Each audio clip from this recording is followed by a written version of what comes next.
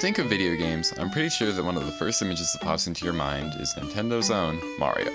The Mario series has managed to put out a fun variety of games, from platformers to sports and even parties, I guess.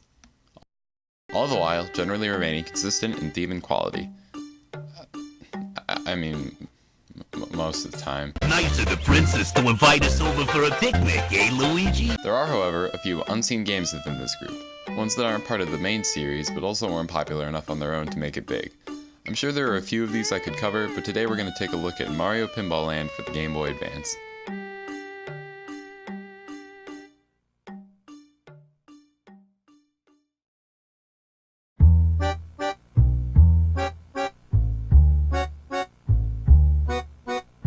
Mario Pinball Land was released in 2004 and was developed by Fuse Games, the makers of such classics as Act of Health with Carol Vorderman and Bear Shark the Game. Wasn't that like a college humor video series for the 3DS?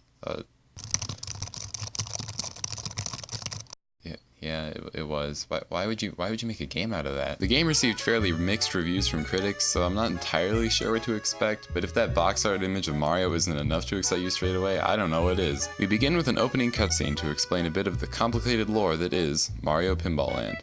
Mario and Peach are having a nice day at the carnival doing whatever Mario and Peach do when they notice toads getting put into balls and launched at a target. Naturally, Peach wants to get in on this craze, so she hops right in.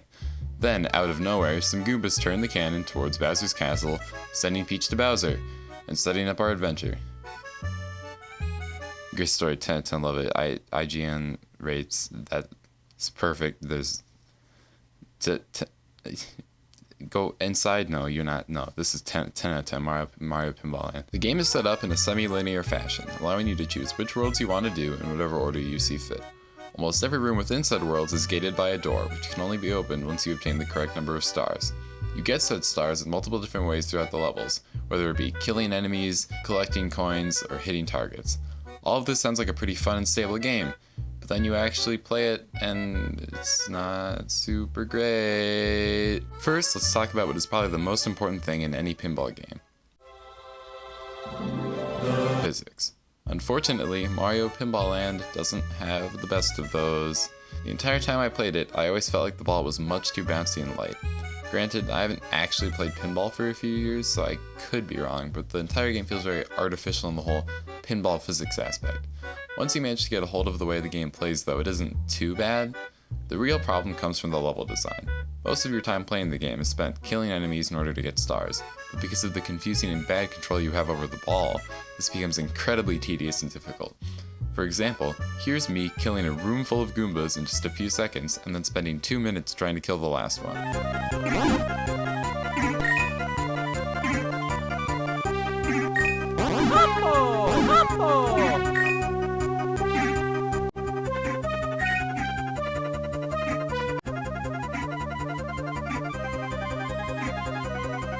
Wow, how fun. I love this game. Yeah. Pretty much every level in this game relies entirely on you bouncing off of other enemies and objects to kill everything. But if there's only one thing left, the game becomes extremely difficult, especially with how hard it is to properly place where you want your ball. Speaking of which, why is it so hard to enter levels in this game? I can't open this door for the life of me, and I swear to God, about half of my playtime in this stupid foosball game was spent trying to enter doors and then accidentally closing them. Anyways, besides the decently broken playstyle, this game does have a few cool aspects to it. I really liked how much they incorporated Shy Guys into everything, because they're like the best Mario enemy, and if you say otherwise, you're wrong. I also really enjoyed all the subtle nods the game gives to other Mario games, most noticeably the keys you get from beating bosses, which share the same look as the keys from Super Mario 64.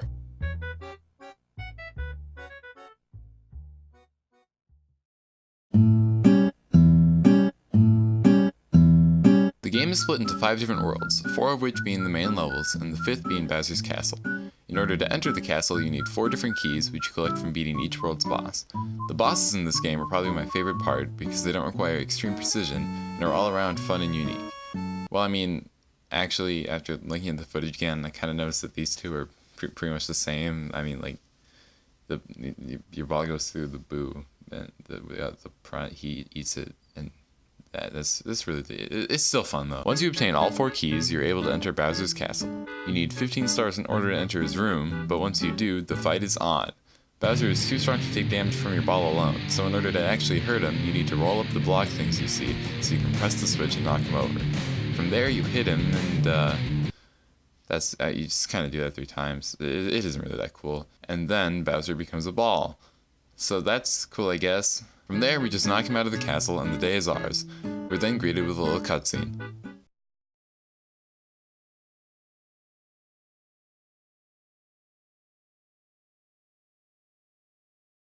Ooh, what do we have here? The end with a question mark following it? Sounds like there's more game to be had here than I originally thought. And it isn't the end, assuming you want to get all the stars, that is. I mean, I like it in 100% of the game, so call me Gerard and give me a nice big old beard, because I'm doing it. In order to collect all the stars, you're going to need to complete the challenge located in every single level. As I already said, killing enemies is the most basic level design. There's also levels where you need to hit targets with Yoshi eggs, and multi-level stars where you need to traverse the world within a time limit to collect enough red coins. I'm thankful they added these extra level types in to add variety, but I feel like they could have done more because there's only a few of them and they're like 35 stars, so it's essentially just a boring slug through a swamp full of enemies before you get to do something actually fun. There are also some secret rooms, which I really appreciate the inclusion of. Secrets and Easter eggs are some of my favorite parts of games, so I'll take them when I can. Getting all the stars doesn't just stop in the 4 worlds though. There are stars all over Bowser's castle, and to get the final 4 you need to fight all the bosses again, but this time they're harder. I think it wasn't that significant of a difference. Actually, no, I changed my mind. There is a significant difference, and it's with this guy, right? This man. This is the quite possibly the worst boss fight I've ever had to play in my entire life. Here's why. First, I'll explain how this fight works, or at least how I think it works, because it doesn't always seem to follow these rules, but whatever. This guy here cannot be hit by your ball at its regular size, so if you want to hit him, you need to grow large. You do this by hitting these pillars back here, which make you about twice your normal size. But the catch is that he can shoot these little magic ball things, and if they hit you, you shrink into a smaller version of yourself. Once you're big, all you have to do is hit him in the front of his body 3 times, and you're done. Sounds easy, right? Well, it is. At least the first time. The second time you fight him is where things become awful. So, the game works essentially the same, the only catch being that he can now shoot his magic shrinking balls way faster than previously. So fast, in fact, that you can't recover from it naturally and have to hit the pillars to grow back to your size. Otherwise, you'll be small for the whole fight and won't be able to deal damage at all. In fact, I timed it, it takes 5 seconds for him to make a new ball, which means you have 5 seconds to get hit, gain back your size, and deal damage to him. Okay, this sounds pretty difficult, but it's still feasible, right? Wrong, for 2 reasons. 1, just as I mentioned before, the aiming in this game is extremely difficult, so landing a precise shot on the front of his body while he's constantly moving and turning takes like 15 tries at least. And the other problem is that the game just doesn't register hits sometimes. Like, look, here I am, hitting him in the right there, that's his chest, hitting him dead on, at full force, and nothing's happening. I mean, like, did anyone play this fight before they put it on shelves? This took up like a 1/4 of my game time, and that's saying something because I beat this in only 4 hours. Like, this boss legitimately made me want to throw this game in the trash and burn it. Actually, just watching this footage makes me want to do that because it was so awful. Okay, finally, we have all 35 stars. Little King Tut the Koopa over here is all done with his crap, and we can see what we earn as a reward for 100%ing this Mario-branded monstrosity. And actually, there is something we get to do, although it isn't really worth all the effort that was put in to get it. Basically, you're put into the main lobby area, and bombs are thrown your way, which you then knock into this cannon and shoot at a target. It isn't the most fun thing, but I mean, it's kinda cool, I guess. Oh, and what's this? Do we get an alternate ending cutscene? No, not really. It's literally the same clip, but the sky's a different color, and the game developers are now fully confident that you have completed their game.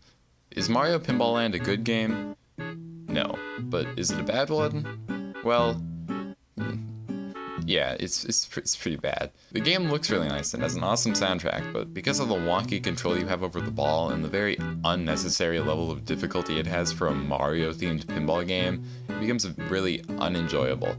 I bet some people would like it more than me, but really, well, just go play Pokemon Pinball. It's like a way better game.